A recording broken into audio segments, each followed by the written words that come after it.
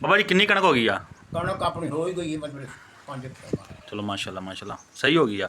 ਤੇ ਮਜ਼ਦੂਰੀ ਵਗੈਰਾ ਕਿੰਨੀ ਨਿਕਲ ਗਈ ਆ ਚੋਂ? ਮਜ਼ਦੂਰੀ 'ਚ ਫਿਰ ਹੁਣ ਤੈਨੂੰ ਕੀ ਦੱਸਾਂ ਜੀ ਬਈ ਚੰਗੀ ਭਲੀ ਮਜ਼ਦੂਰੀ ਨਿਕਲੀ ਹੈ। ਆਪਣੇ 5.5 ਮਣ ਥ੍ਰੈਸ਼ਰ ਲੈ ਗਏ ਨੇ। ਅੱਛਾ।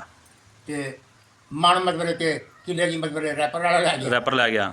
ਤੇ 2 ਮਣ ਮਤਲਬ ਆਪਣਾ ਬੰਨਣ ਵਾਲਾ। 2 ਮਣ ਬੰਨਣ ਵਾਲਾ ਲੈ ਗਿਆ। ਅੱਛਾ ਬਾਬਾ ਜੀ ਇੱਕ ਗੱਲ ਅੱਜ ਕੱਲ੍ਹ ਹੋਰ ਬੜੀ ਚੱਲ ਪੈਣੀ ਆ, ਉਹਨਾਂ ਚੀਜ਼ਾਂ ਦਾ ਖਿਆਲ ਰੱਖਣਾ ਆ। ਇੱਕ ਤੇ ਜਿਹੜੇ ਆਲਰੇਡੀ ਮਦਰਸਿਆਂ ਵਾਲੇ ਹੈਗੇ ਆ ਉਹਨਾਂ ਨੂੰ ਤਾਂ ਤੁਸੀਂ ਦੇਣਾ ਹੀ ਦੇਣਾ ਆ ਜਾਂ ਨਹੀਂ ਦੇਣਾ, ਚਲੋ ਤੁਹਾਡੀ ਆਪਣੀ ਮਰਜ਼ੀ ਹੈ। ਇੱਕ ਅੱਜ ਕੱਲ੍ਹ ਇਹਨਾਂ ਦਿਨਾਂ ਜਾਣ ਕੇ ਉਹ ਐਵੇਂ ਹੀ ਧੱਕੇ ਦੇ ਪੀਰ ਆ ਜਾਂਦੇ ਆ। ਹਾਂ ਉਹਨਾਂ ਦਾ ਕੀ ਹਾਲ ਕੱਢਿਆ ਅੱਜ ਫਿਰ? ਉਹਨਾਂ ਦਾ ਹਾਲ ਅਸੀਂ ਬੜਾ ਕੱਢਾਂਗੇ, ਇੱਥੇ ਬੰਨ੍ਹ ਕੇ ਰੱਖ ਦਿਆਂਗੇ। ਨਹੀਂ ਉਹ ਐਵੇਂ ਕਹਿੰਦੇ ਕਿ ਅਸਾਂ ਜੀ ਫਲਾਣੇ ਮਦਰਸੇ 'ਚੋਂ ਆ ਗਏ, ਨਾ ਪਤਾ ਹੁੰਦਾ ਨਾ ਗੱਲ ਨਾ ਬਾਤ ਵੀ। ਤੁਸੀਂ ਫਲਾਣੇ ਜਾ ਕੇ ਸਾਡੇ ਇਲਾਕੇ ਮਦਰਸੇ ਕੋ ਨਹੀਂ ਹੈਗੇ ਯਾਰ ਵੇਖੋ ਜੀ ਸਹੀ ਇਹੋ ਜਿਹੀ ਗੱਲ ਹੈ ਸਾਰੀ।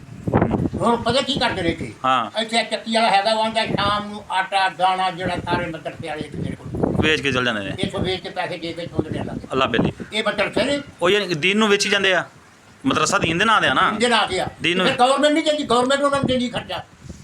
ਯਾਰ ਦੇਖੋ ਆਪਣੇ ਇਲਾਕੇ 'ਚ ਮਦਰਸੇ ਹੈਗੇ ਆ ਨਾ, ਹੈਗੇ ਨੇ ਅਸਾਂ ਉਹਨਾਂ ਨੂੰ ਦਿਆਂਗੇ। ਅਸਾਂ ਇਹਨਾਂ ਨੂੰ ਕਿਉਂ ਦੇਈਏ ਜਿਨ੍ਹਾਂ ਨੂੰ ਅਸੀਂ ਜਾਣਦੇ ਨਹੀਂ ਹੈਗੇ, ਜਿਹੜੇ ਵਾਕਫ ਹੀ ਨਹੀਂ। ਵਾਕਫ ਹੀ ਨਹੀਂ ਇਹਨਾਂ ਦੇ। ਹੁਣ ਤੇ ਇਹ ਕਿਹਾ ਫਰੋਜਨ ਹਰ ਬੰਦਾ ਨੂੰ ਡੇਰਾ ਹੋ ਗਿਆ। ਹਰ ਬੰਦਾ ਹੁਣ ਮੈਂ ਉੱਥੋਂ 2 ਬੋਰੇ ਮਗਰ ਖਾਂ ਜੀ ਬਾਬਾ ਜੀ ਮੈਂ ਮਦਰਸੇ ਵਾਲੋਂ ਆਇਆ ਤੇ ਫਿਰ ਵੈਸੇ ਬਣਦਾ ਹੈ ਬਾਬਾ ਮੇਰਾ ਤੇ ਬੋਰਾ ਦਾਣਿਆਂ ਦਾ ਬਣਦਾ। ਉਹ ਯਾਰ ਮੈਂ ਇੱਕ ਦਾਣਾ ਨਾ ਇੱਕ ਕੋਲ ਆਣਾ ਜਿਹੜਾ ਨਹੀਂ ਮੈਂ ਆਪਣਾ ਕਰਨਾ ਮੇਰਾ ਤੇ ਬਣਦਾ ਨਾ। ਉਹ ਆਖਿਆ ਜੀ ਬਈ ਤੂੰ ਤੇ ਕੋਲ ਹੈਗਾ ਮਤਲਬ ਇੱਥੇ ਸਾਨੂੰ ਦੇਖਦਾ ਕਿ ਬਣਦਾ ਗਿਆ। ਹਾਂ ਨਹੀਂ ਮੈਂ ਮਦਰਸੇ ਵਾਸਤੇ ਨਹੀਂ ਕਹਿਣ ਦਿਆ, ਮੈਂ ਆਪਣੇ ਵਾਸਤੇ ਕਹਿਣ ਦਿਆ। ਆਪਣੇ ਵਾਸਤੇ ਕਹਿੰਦੇ ਤੂੰ ਹਲਮਾ ਕਰ ਰਿਹਾ। ਉਹ ਯਾਰ ਮੈਂ ਪੂਰਾ ਸਾਲ ਤੇਰੇ ਕੋਲ ਆਉਂਦਾ ਨਹੀਂ ਨਾ ਡੇਰੇ ਤੇ। ਹਾਂ ਇਹ ਗੱਲ ਹੈ। ਆ ਡੇਰੇ ਤੇ ਆਣ ਕੇ ਤੈਨੂੰ ਕੱਪੜਾ ਦੇ ਜਾਣਾ। ਇਹ ਜੁਰਮਾਨਾ ਹੈ ਵਾਕਿਆ। ਹਾਂ ਕਿੰਨਾ ਫਾਇਦਾ ਤੁਹਾਨੂੰ ਅੱਡੇ ਤੇ ਚੱਕਰ ਬਚਾਉਣਾ ਤੁਹਾਡਾ। ਬਿਲਕੁਲ ਬਿਲਕੁਲ ਇਹ ਗੱਲ ਵਾਕਿਆ ਠੀਕ ਹੈ ਤੇਰੀ।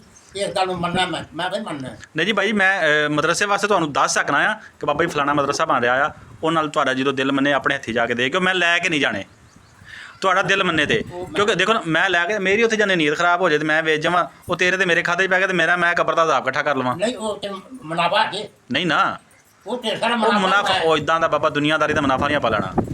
ਅੱਲਾ ਹੀ ਮਾਫੀ ਦੇਵੇ, ਅੱਲਾ ਆਪਣਾ ਦੇਵੇ ਤੇ ਥੋੜਾ ਦੇਵੇ। ਥੋੜਾ ਤਾਂ ਜਿੰਨਾ ਦੇਵੇ ਥੋੜਾ ਦੇਵੇ ਬਹੁਤਾ ਦੇਵੇ, ਜਿੰਨਾ ਦੇਵੇ ਰਿਜ਼ਕ ਹਲਾਲ ਦੇਵੇ। ਥੋੜਾ ਦੇਵੇ ਤੇਰੇ ਹਲਾਲ।